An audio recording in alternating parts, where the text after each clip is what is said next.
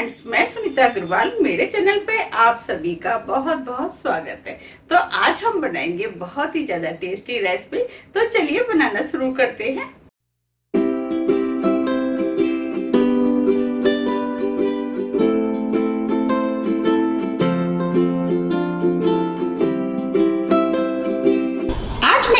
हलवाई स्टाइल की बहुत ही ज्यादा खस्ता और टेस्टी मेथी की मठरी बनाना बताती हूँ कैसे बनाई जाती है। ये खाने में बहुत ही ज्यादा टेस्टी लगती है और इसे बनाना भी बहुत आसान है। आप इसे एक बार बना करके महीनों रख करके खा सकते हैं, लेकिन ये चाय के साथ खाने में तो और भी ज्यादा टेस्टी लगती है। चलिए बनाना शुरू करते हैं। मठरी बनाने के लिए ये हमने 3 कप मैदा लिया। अगर हम ग्राम में नापे तो ये 400 ग्राम है।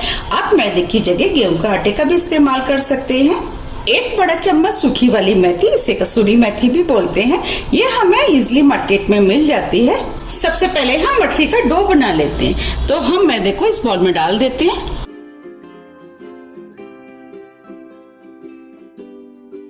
अब हम इसके अंदर आधी टीस्पून कुटी हुई काली मिर्च डाल देते हैं, इससे फ्लेवर अच्छा आएगा।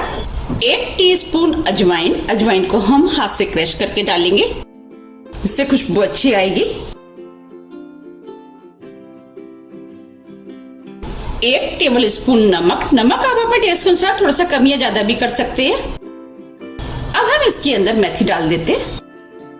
हमने 400 ग्राम मैदा लिए, तो अब हम इसके अंदर आधा कप देसी घी डाल देते हैं। आप देसी घी की जगह ऑयल का भी इस्तेमाल कर सकते हैं। जब हम देसी घी की मठरी बनाते हैं तो बहुत ही ज्यादा टेस्टी और खस्ता बनके तैयार होती है। अब हम सभी चीजों को हाथ से अच्छे से मिक्स कर लेते हैं।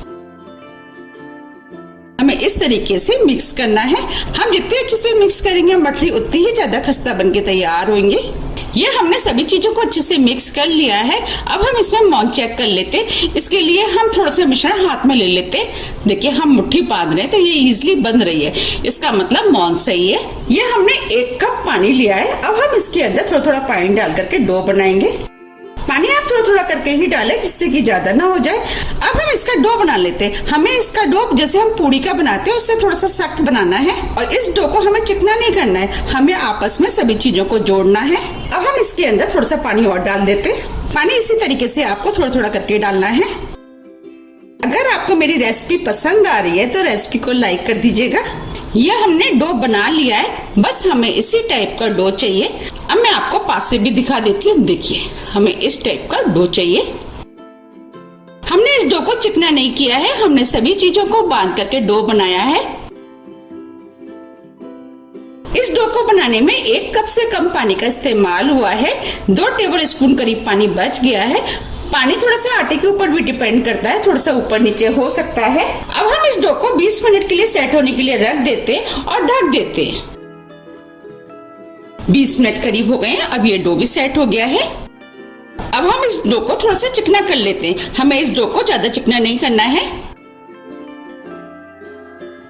अब ये डो चिकना हो गया है। अब हम इसको 2 भागों में डिवाइड कर देते हैं। अब हम इसकी लोइयां तोड़ेंगे। लोइयां आपके ऊपर डिपेंड करती है कि मठरी का साइज आपको क्या रखना है, उस हिसाब से आप लोइयों को तोड़ ले। हम छोटी छोटी मठरी बनाएंगे तो इसीलिए अब हम इसमें से छोटे नींबू के बराबर की लोई तोड़ लेते हैं।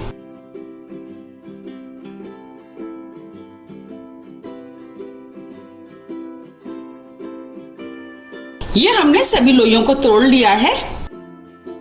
चलिए अब मठरी बना लेते हैं। मठरी बनाने के लिए हम लोई को इस तरीके से बोर्ड पे रखेंगे। हमें इस लोई को चिकना नहीं करना है, बस हथेली की सहायता से दबाव देते हुए इस मठरी को बड़ा करना है।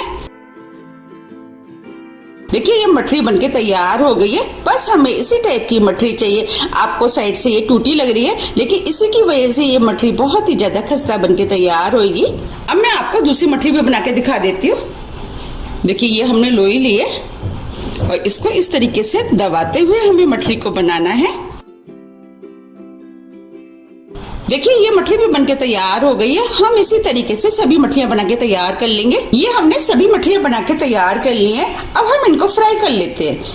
इधर हमने कढ़ाई में ऑयल गरम करने के लिए रख दिया था। हमें मठरियों को फ्राई करने के लिए मीडियम गरम ऑयल चाहिए। अब हम ऑयल को चेक कर लेते हैं। तो अब हम इसके अंदर थोड़ा सा डो डाल देते हैं। डो में से हल्के हल्के बबल्स आ रहे हैं, इसका मतलब ऑयल गरम हो गया है। अब हम मठरियों को कढ़ाई में डाल देते हैं।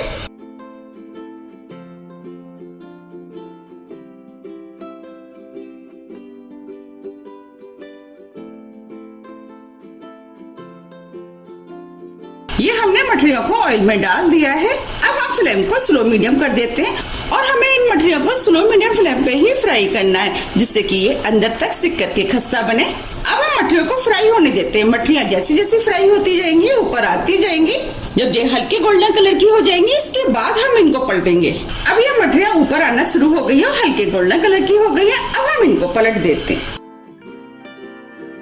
ये मठरियाँ खाने में बहुत ही ज्यादा टेस्टी लगती है। आप इनको एक बार जरूर ट्राई कीजिएगा, आपको भी ये मठरियाँ बहुत ज्यादा पसंद आएंगी। और इसको बनाना भी बहुत आसान है, झटपट बनके तैयार हो जाती है। अब हम इनको दूसरी तरफ से भी फ्राई होने देते हैं। फ्लेम को हम स्लो मीडियम ही रखेंगे। हमें इन मठरियों को उलट पुलट के दोनों तरफ से गोल्डन ब्राउन होने तक तलना है। अगर आपको मेरी रेसिपी पसंद आ रही है तो आप रेसिपी को लाइक कर दीजिएगा, और अभी तक आपने मेरे चैनल को सब्सक्राइब नहीं किया है तो आप चैनल को भी सब्सक्राइब कर दीजिएगा, जिससे कि मैं जब भी नई वीडियो अपलोड करूं उसका मैसेज आप तक सबसे पहले आए। ये एकदम फ्री है। अब हम इन मठरियों को चारों तरफ से गोल्डन ब्राउन होने तक फ्राई होने देते हैं। अब ये मठरियाँ फ्राई हो गई है और गोल्डन कलर की भी हो गई है। अब हम इनको प्लेट में निकाल लेते हैं।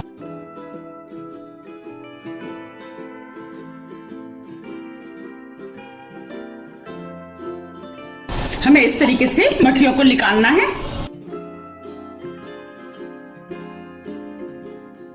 आप देख पा रहे हैं कितनी बढ़िया फ्राई हुई है। अब जो मठरियाँ बची है हम उनको भी फ्राई कर लेते हैं। अब ये सभी मेथी की मठरियाँ बनके तैयार हो गई हैं। आप देख पा रहे हैं कितनी बढ़िया बनके तैयार हुई हैं। अब मैं आपको पास से भी दिखा देती हूँ।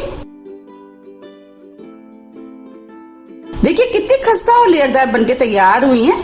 अब बिल्कुल लग रही है ना हलवाई जैसी। अब मैं आपको तोड़ के भी दिखा देती हूँ। देखिए अंदर तक कितनी बढ़िया सिकी हुई है और ये खाने में बहुत ही ज्यादा टेस्टी लगती है। बनी है ना कितनी खस्ता।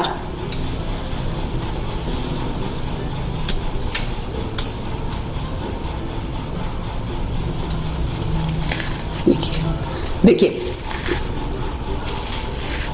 देखिए कितनी खस्ता बनके तैयार हुई है। बिल्कुल लग रही है ना मार्केट जैसी। आप इन्हें बनाइए, खाइए, फिर मुझे कमेंट्स करके जरूर बताइए कि आपकी मठरियाँ कैसी बनी। आप इन मठरियों को एयर टाइट डिब्बे में भर के 1 से 2 महीने के लिए रख सकते हैं, और जब भी आपकी खाने की इच्छा है आप इनको निकाल करके खा सकते हैं। और कमेंट्स करके मुझे जरूर बताइए कि आप इन मठरियों को कब बना रहे हैं। मुझे उम्मीद है कि आप इन मठरियों को बहुत जल्दी बनाएंगे। अगर आपको मेरी रेसिपी थोड़ी भी पसंद आती है तो रेसिपी को लाइक कीजिए, चैनल को सब्सक्राइब कीजिए और ज़्यादा से ज़्यादा फ्रेंड और फैमिली के साथ शेयर कीजिए। अब हम फिर मिलते हैं इसी तरह की टेस्टी रेसिपी के साथ। जब तक के लिए नमस्कार।